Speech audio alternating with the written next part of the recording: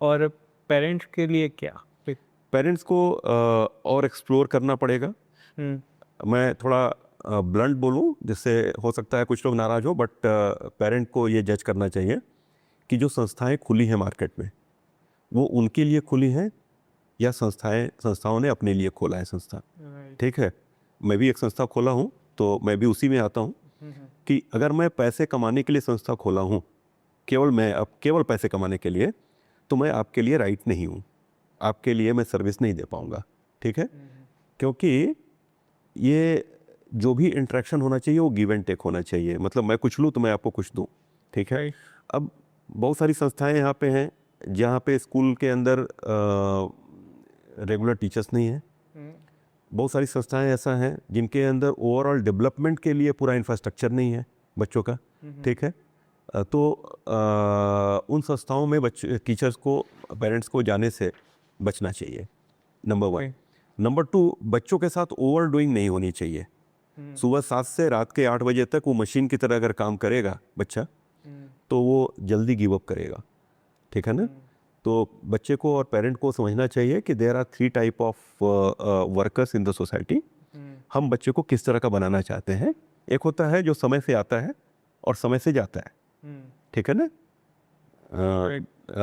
Timely वो उसका आके पंच करता है और टाइम खत्म होता है तो पंच करके बाहर निकल जाता है। एक दूसरा होता है जो टाइम से आता है और जब तक काम कंप्लीट नहीं होता तब तक वो रहता है, जल्दी कंप्लीट हो जाएगा तो जल्दी वो फ्री हो जाता है, देर में कंप्लीट होता है तो देर तक वो रहता है सिस्टम में, वो टास्क बेस्ड काम करता है। तीसरा है जब भी प्रॉब्लम होगी वो इमीडिएटली आ जाएगा, सबसे पहले रन करेगा आने के लिए संस्था में, और जब तक काम कंप्लीट नहीं होगा तब तक वो रहेगा। और जैसे ही उसको फील हो गया कि अब काम डेलीगेट हो गया है, काम होने वाला है, काम हमारी पकड़ में है, वो मूव कर सकता है। ठीक है, अब ये 3 तरह के लोग हैं। आपको कौन सा अच्छा लगता है इन तीनों में? जो लास्ट वाला है, लास्ट जो वाला, मतलब पार्ट ऑफ Yes. ऑर्गेनाइजेशन बना। तो लास्ट वाला जो है वो ओनर है। ओके, इमेजिन करिए, ओनर्स, अगर बिल्डिंग में आग लगेगी उसकी तो सबसे पहले आएगा, राइट। लेकिन जब काम डेलीगेट कर दिया सबको, काम स्मूथली चल रहा है, तो वो बाकी फ्यूचर डेवलपमेंट के लिए बाकी चीज़ें कर रहा होगा। ठीक है ना, सिस्टम अगर स्मूथ चल रहा है तो जो ऑफिसर होता है वो टाइम से आता है क्योंकि सिस्टम का डिसिप्लिन है, लेकिन वो काम जब तक कंप्लीट नहीं होगा, चाहे रात के 8 बज रहे हैं चाहे 9 बज रहे हैं, he will do it. IAS officer हो, ऑफिस का ऑफिसर हो, सीईओ हो, सीटीओ हो, ठीक है, सीएफओ हो, व्हाटएवर, प्रिंसिपल हो स्कूल का, ठीक है, they sit till the task is not completed. Right, जो पहला है सुनने में बड़ा डिसिप्लिन लगता है कि टाइम से आता है टाइम से जाता है, but he is a worker. Right. ठीक है, ही इज़ अ लेबर। ठीक है, उसको मंथली आवर का सैलरी मिलता है, उसको ओवर टाइम भी मिलता है। सेकंड और थर्ड को ओवर टाइम कभी नहीं मिलता क्योंकि they are working on the task. First is working on the time, तो फर्स्ट इज गिविंग टाइम। अब बच्चे को हमें क्या बनाना है? हम सब चाहते हैं एज अ पेरेंट की ओनर बने, लेकिन उसको कहते हैं 4 से 8 पढ़ना बेटा, 3 से 7 पढ़ना। ठीक है ना, तो हम ट्रेनिंग तो वर्कर की दे रहे हैं, राइट। ओनर की दे नहीं रहे हैं। उससे हम ये कहें कि बेटा ये टास्क कंप्लीट करना है, ठीक है, do it in your way, कब करना है बट कंप्लीट कर लेना। ठीक है, so he will work on the task. तो एटलीस्ट ऑफिसर तो बना रहे हैं आप।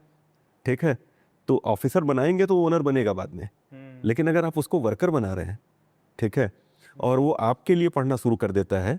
अब बहुत सारे देखते होंगे बच्चे घर पे टीवी देख रहे होते हैं, जैसे ही पेरेंट आते हैं, मदर फादर दोनों जॉब में हैं, जब उनका आने का टाइम होता है तो किताब लेके बैठ जाता है बच्चा और कहता है मैं 2 घंटे से पढ़ रहा था। वाई?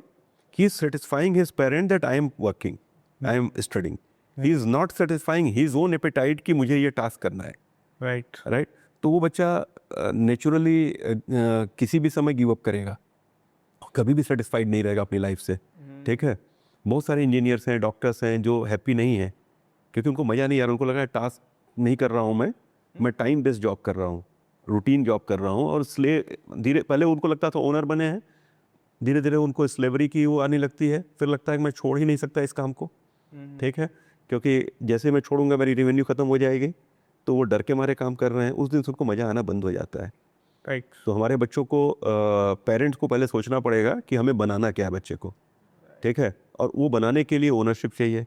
ओनरशिप कब आएगी? जब हमारा पैशन हो उस फील्ड में।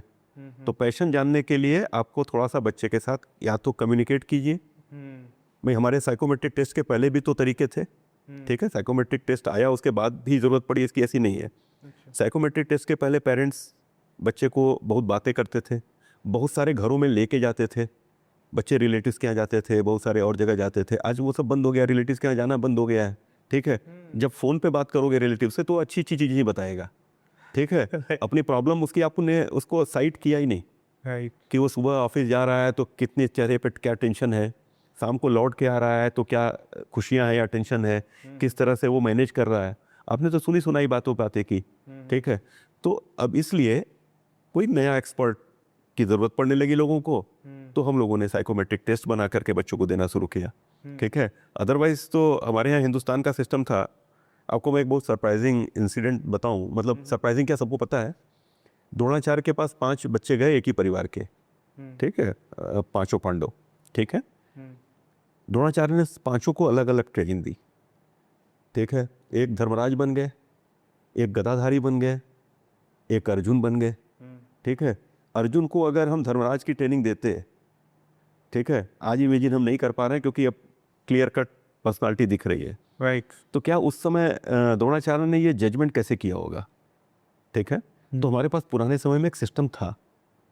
ये जो साइकोमेट्री है वो एक नेचुरल वे से हम साइकोमेट्री करते थे बच्चों का, उनकी ट्रेट समझने की कोशिश करते थे, उनके अंदर चीज़ें देखने की कोशिश करते थे। इसीलिए एक ही गुरु के पास, ठीक है, हर तरह के बच्चे निकलते थे। ठीक है। आज के सिस्टम में ऐसा नहीं हो रहा है। ठीक है। लकीली हम 2020 का NEP हमें मिल गया है। NEP को सही तरह से अगर ज़मीन पे उतारा जाए तो ये सारी चीज़ें, समस्याओं का निदान है उसके पास। ठीक है। तो वी आर वेरी लकी कि अभी जो जनरेशन आ रही है वो NEP का मॉडल उनको अपॉर्चुनिटी मिल रही है। अब जितनी जल्दी स्कूल और कॉलेजेस उसको अडॉप्ट कर लें, जितनी जल्दी हमारे पेरेंट्स उसको इम्प्लीमेंट कराने लगे बच्चों के साथ, उतनी जल्दी ये चीज़ें दिखने लगेगी। Great great great.